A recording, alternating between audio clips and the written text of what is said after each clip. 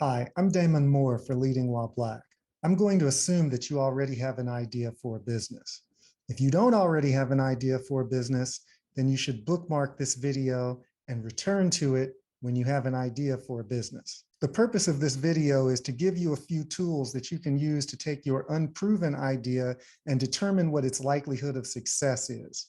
You will also be given some information that you can use to improve on an already existing idea.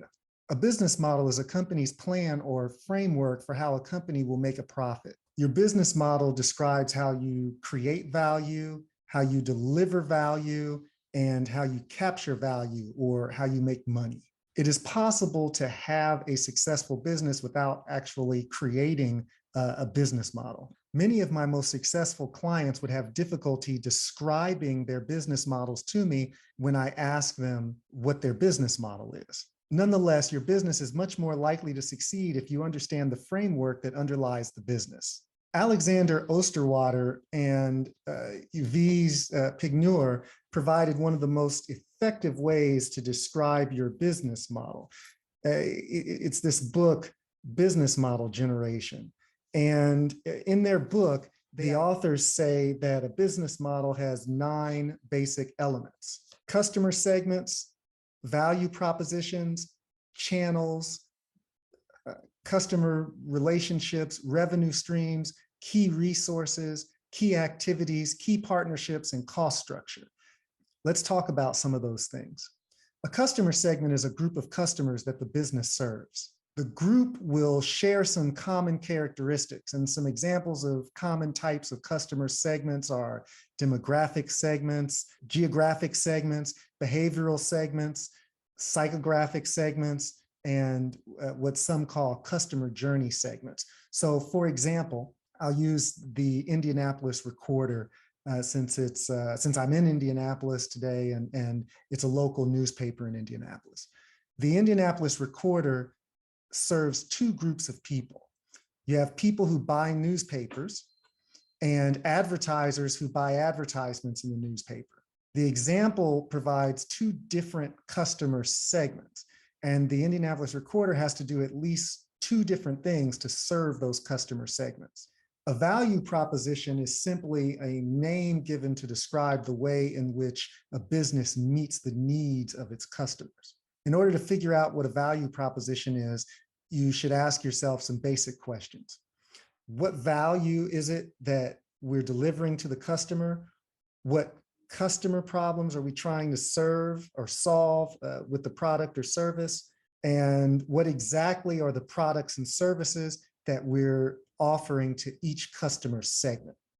At my law firm, perhaps the value that I deliver is legal services. At a place like Cleo's Bodega, the value might be healthier food and drink options. I mentioned the Indianapolis Recorder earlier. At the Recorder, perhaps the value being offered is news about African-American interests in Indianapolis. Perhaps the value that your particular idea provides is a better design, a lower price, a high status brand, a low risk alternative to what's currently available, or perhaps you're offering something that's more convenient. At my law office, I've identified that there are people who cannot afford to pay $300 per hour for a particular service in, let's say, a custody dispute, but those same people might be able to pay $500 an hour or $500 a month for coaching. If I have an idea for a do-it-yourself coaching service, then the customer problem I'm trying to solve is the customer's lack of knowledge that the customer needs to resolve his or her case. A channel is a name for the way in which a business reaches a customer. There are a list of channels that some businesses might use to reach customers: direct online sales, retail distribution channels, value-added resellers, company-owned storefronts, affiliate programs. There are a number of different types in this category, so this list isn't meant to be exhaustive. You might find the right channel or channels for your business by asking yourself a simple question: how does my target customer want to be reached? You might also split your channels into a couple of categories: channels that you own outright and channels that you have a partner with, or channels that you have to partner with someone to use. So for example, a channel that you own might be your own sales force, but a partner channel might be a wholesaler. The term customer relationships is meant to describe the way in which a business connects with a customer and communicates with that customer. Some businesses call for very personal relationship as part of the business model. Others do not call for a very personal relationship. So I'll use my law office here as an example. If you buy full service representation from me, then you're either going to talk to me or you're going to talk to my assistant, depending on the nature of the problem. But when I bought the website that I use for damonmoore.com, I never had a conversation with an actual person. Even when I have problems with the website, I have to write my problem and submit it to someone, and then that person responds to me. And they may not even respond to me through a phone call. They may respond to me in writing and try to work out the problem or through written communication. Revenue streams is a term that's meant to describe how the business generates income from the value the business offers to customers. In order to determine what a revenue stream or streams are, you have to ask yourself a couple of questions. What is my customer willing to pay for? And how do my customers wish to pay for the service that I provide?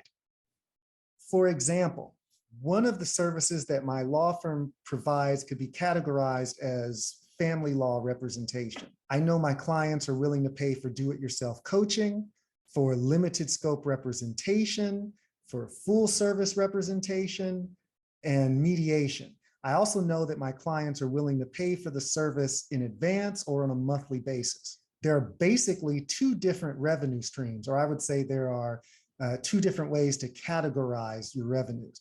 Revenues that come from one-time payments and revenues that result from recurring payments. Another way to think about revenue streams is to break things down in terms of asset sales, usage fees, subscription fees, rent, leasing, licenses. That's not an exhaustive list of fees. You may have a fee or a stream that's more appropriate for you in your particular situation. The key resources are the assets that you need to create and deliver value to customers. Examples of key resources are physical assets such as machinery, buildings, vehicles, human assets such as employees. Not every type of business is going to rely on assets to the same degree. For example, your neighborhood grocery store is going to have some physical assets and some human assets, but it's not going to have as many of those things as a large delivery service such as UPS or FedEx would have. Key activities is a term that the business uses to describe what the business does to make the business model work. Examples are marketing, sales, inventing, developing, distributing, operating, production or producing, and problem solving. You should note that key activities are going to change depending on the business model involved. So, for example, a key activity for a lawyer may be problem solving, whereas a key activity for a manufacturer may be managing the supply chain. Businesses use the term key partnerships to describe the outside organizations who help the business model work.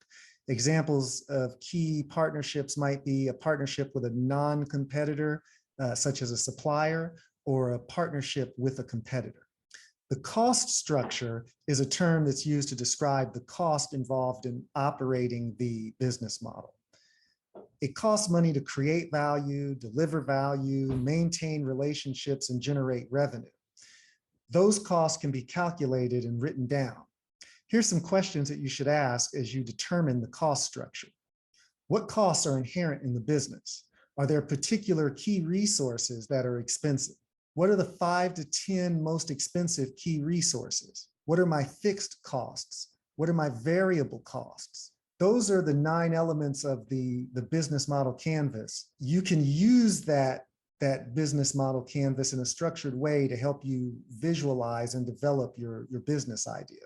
Some people put their business model canvases on the wall. Some people put them on the floor. Some people draw them out on a dry erase board.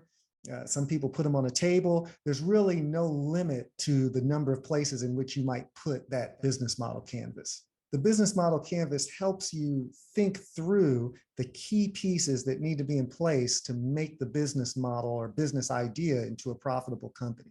It's important to understand your business model. Many aspiring entrepreneurs have creative ideas for products and services. We all know somebody that has a great idea that they swear would work if they had this thing or they had that thing.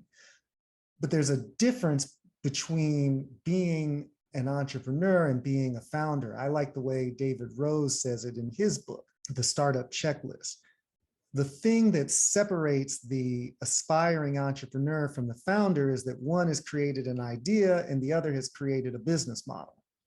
It's the business model that helps you understand whether the value of the business is greater than the economics or cost involved in operating the business. Now, if you're wondering how to determine whether your idea is a billion-dollar idea, then you should consider the advice that David Rose offers in his book. In his book, he gives you a basic formula that you can use. You can multiply these 4 factors: the number of potential purchasers, the percentage of capturable market share, the absolute dollar value of each sale, and the margin of profit expressed as a percentage. I should go back just for a second and say that when you're looking at the percentage of the capturable market share, then you're probably going to want to enter that